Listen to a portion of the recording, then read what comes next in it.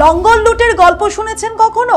যে হাত দিয়ে কৃষকের ঘরে অন্ন দেওয়ার কথা, সেই হাতই আজ নিজের পকেটে ভরছে সরকারি কোষাগারের টাকা। লঙ্গর কি তবে এখন আর জনসেবার নয়, লুটের ঠিকানা? কিষাণ সাবসিডির নামে চলছে এক ভয়ঙ্কর খেলা। মন্ত্রী মশাই নিজে লঙ্গর বিতরণ করছেন, আর পেছনের দরজা দিয়ে শটান সেই লঙ্গরের বস্তা পৌঁছে যাচ্ছে তার নিজেরই বাড়িতে। আজ ফাঁস করছি মোদী সরকারের এক মন্ত্রীর সেই গোপন ডায়েরি, যা শুনলে আপনার রক্ত গরম হয়ে যাবে।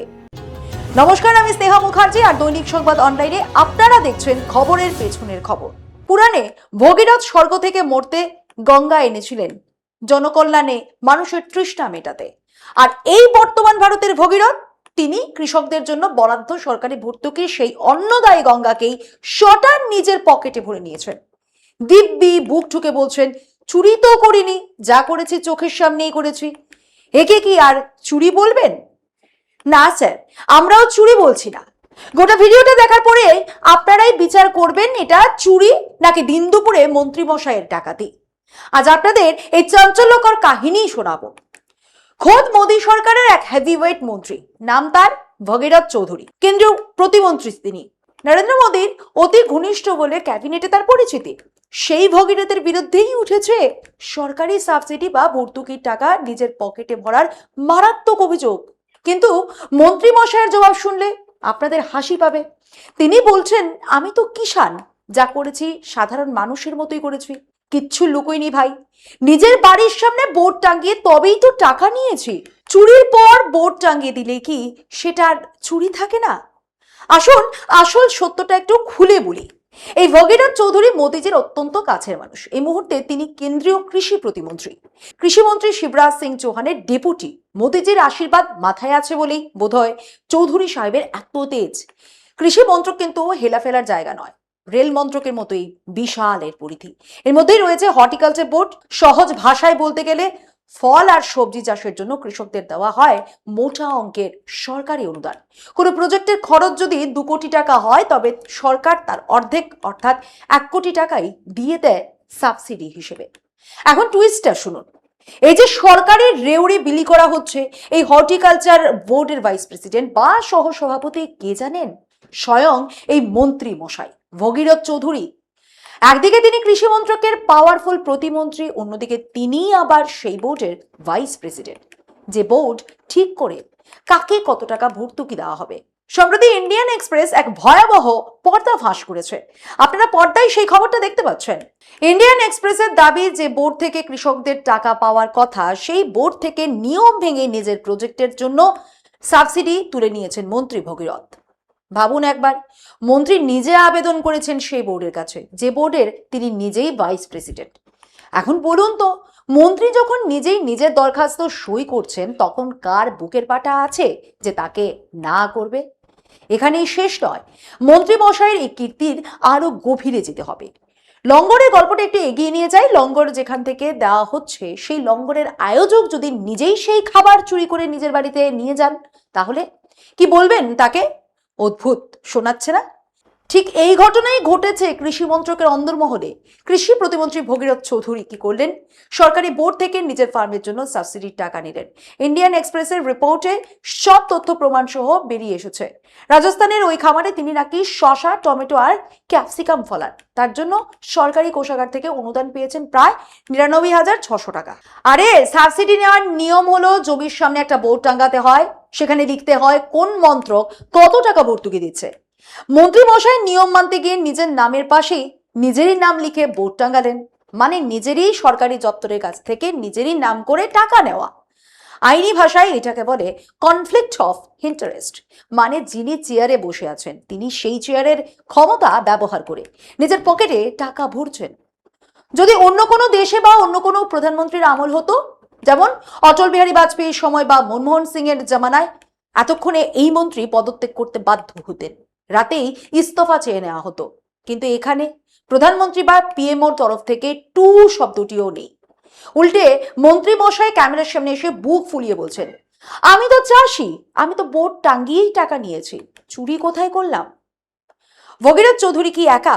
মোটেই না। এই প্রবণতা এখন একটা ট্রেন্ড হয়ে দাঁড়িয়েছে। মধ্যপ্রদেশের মুখ্যমন্ত্রী মোহন যাদবের কথাই ধরুন। উজ্জয়িনী ডেভেলপমেন্ট অথরিটির চেয়ারম্যান থাকার সময় যে এলাকায় উন্নয়নের প্রকল্প তৈরি করেছেন, ঠিক সেখানেই নিজের জমি কিনে রেখেছেন তিনি। উন্নয়নটা কার হলো, রাজ্যের নাকি মুখ্যমন্ত্রীর নিজের? সবাই দেখছেন, সবাই জানেন, কিন্তু কোনো অ্যাকশন নেই। যেন এটাই এখন নতুন নিয়ম, নিজের চেয়ার, নিজের আইন আর নিজের পকেট ভর্তি করার অবাধ স্বাধীনতা। রাজনীতির এই অশুভ আঁতা তার নৈতিকতার এই চরম অবক্ষয় নিয়ে প্রশ্ন তো তুলতেই হয়। সাধারণ কৃষকের ভাগ্যের টাকা কি তবে এভাবেই প্রভাবশালীরা লুটে নেবে? লঙ্গল লুটের এই খেলা শুধু কৃষি মন্ত্রকেই সীমাবদ্ধ নেই। নজর ঘোরালে দেখবেন রাম মন্দিরের চত্বরেও এই একই রকম কীর্তি চলছে। চম্পত রায়, আরএসএস এর বড় নেতা, মন্দির ট্রাস্টের সর্বা তার চোখের সামনে দিয়ে মন্দিরের প্রণামীর কোটি কোটি টাকা, সোনার উপর ইট, হীরের হার, নোটের গাদা, কি নেই সেই তালিকার মধ্যে? অথচ যখনই ইনভেস্টরি বা হিসেব নেওয়ার কথা আসছে, সব গায়েব। দু একজন ছোটখাটো কর্মীকে ধরে এফআইআর করা হয়েছে বটে, কিন্তু চম্পত রায়ের কেশাগ্র স্পর্শ করা হয়নি। কেন এই বিষয়গুলো আজ আপনাদের বলছি? কারণ দুর্নীতি এখন আর কোনো বিচ্ছিন্ন ঘটনা নয়, এটাই এই সরকারের একটা প্যাটার্ন। 2014 সালে প্রধানমন্ত্রী নরেন্দ্র মোদী দেশবাসীর কাছে একটা গ্যারান্টি দিয়েছিলেন। বলেছিলেন, আমি গ্যারান্টি দিচ্ছি আমার সরকারের কোনো নেতা দুর্নীতি করলে তার হিসেব হবে। যে গরিবকে লুটছে, দেশকে লুটছে, তাকে ছাড় দেওয়া হবে না। আজ সেই প্রধানমন্ত্রী ক্ষমতায়, তিনিই তো বিগ বস। তাহলে তার নাকের ডগায় এই যে একের পর এক দুর্নীতি প্রকাশ্যে আসছে, ইন্ডিয়ান এক্সপ্রেসের মতো পত্রিকা তথ্য প্রমাণ সহ স্টোরি করছে, সেখানে প্রধানমন্ত্রী মৌন কেন? বিশ্লেষকরা বলছেন 2014 সালের পর বিজেপি দুর্নীতির সংজ্ঞাটাই বদলে ফেলেছে। মন্ত্রী ভাগীরথ চৌধুরী বা নেতা চম্পত রায়ের কাজকে চুরি বললে কম বলা হবে। এটা নগ্ন ডাকাতি। ঠিক যেমনটা চলছে নীতিন গডকরির ক্ষেত্রে, ইথানলের কারখানা তার নিজের পরিবারের, আর সরকার নিয়ম করে দিচ্ছে পেট্রোলের সঙ্গে ইথানল মেশানো বাধ্যতামূলক। তাতে গাড়ির ইঞ্জিন খারাপ হোক বা মাইলেজ কমুক, তাতে কিচ্ছু যায় আসে না। নিয়ম বানিয়ে নিজের পকেট ভরার এই রাজনীতি তবে কি আত্মনির্ভর ভারত? যে রাম মন্দিরকে নিয়ে এত আবেগ, সেই রাম মন্দিরের প্রণামী চুরির ঘটনায় কি সাধারণ মানুষের আবেগের কোনো দাম নেই? নাকি নিজেদের লোক হলে সব অপরাধী মাফ? প্রধানমন্ত্রী কি তার দেওয়া সেই গ্যারান্টির মর্যাদা রাখবেন, নাকি নিজের মন্ত্রীদের এই বুক ফুলিয়ে করা দাদাগিরিকে এভাবেই আড়াল করে যাবেন? প্রশ্নটা থাকলো আপনাদের কাছে। পার্থক্যটা কোথায় জানেন? চুরি আর ডাকাতির মধ্যে। চুরি হয় অন্ধকারে আড়ালে, আর ডাকাতি হয় দিনের আলোয় একদম চোখের সামনে। রাষ্ট্রীয় শাসক এখন সেই ডাকাতির ধারাতেই অভ্যস্ত হয়ে গেছে। লঙ্গর সাজিয়ে যদি আয়োজক নিজেই সব খাবার বাড়িতে নিয়ে যান, তবে সেটাকে কি আর সেবা বলা যায়? একদম না। কৃষি প্রতিমন্ত্রী ভগীরথ চৌধুরীর ক্ষেত্রে ঠিক সেটাই ঘটেছে। তিনি নিজেই প্রকল্পের উদ্যোক্তা, তিনি আবার সেই প্রকল্পের ভর্তুকি পাওয়ার অন্যতম দাবিদার। এর চেয়ে বড় কনফ্লিক্ট অফ ইন্টারেস্ট বা স্বার্থের সংঘাত আর কি হতে পারে? চন্দা কোচারের কথা মনে আছে তো? তিনি আইসিআইসিআই ব্যাংকের কর্ত্রী থাকার সময় নিজের স্বামীর সংস্থাকে অনৈতিকভাবে ঋণ পাইয়ে দিয়েছিলেন। ফলাফল কি হয়েছিল? সোজা জেল। আর এখানে মন্ত্রী মশাই নিজেই নিজের দপ্তরে আবেদন করছেন, নিজের দপ্তরের লোকজনই সেই ফাইল সই করছেন, আর সরকারি অনুদান সরাসরি তার পকেটে ঢুকছে। এটা কি তবে অপরাধ নয়? সবচেয়ে হাস্যকর হলো বিজেপির রাজ্য সভাপতির সাফাই। তিনি বলছেন ভগীরথজি ভুল কি করেছেন, সাবসিডি তো নিয়েছেন, মানে সরকারি টাকা নিজের মনে করে বিলি করাটাই এখন তাদের কাছে নতুন স্বাভাবিক বা নিউ নর্মাল। তাদের যুক্তি শুনলে মনে হবে রাম মন্দিরের প্রণামী থেকে কোটি কোটি টাকা সরিয়ে ফেললেও সেটা নাকি অপরাধী নয়, কারণ তারা তো সেই মন্দির বানানোর লড়াই লড়েছে। ভাবুন তো একবার, একটা ব্যাংকের চেয়ারম্যান যদি নিজের ছেলের বিপুল ঋণের বোঝা মুকুব করে দেয় আর যুক্তি দেয় যে আমি তো সবার সামনেই করেছি, বোর্ড তো অনুমোদন দিয়েছে, তবে সেটাকে কি আমরা দুর্নীতি বলবো না? আলবৎ বলবো।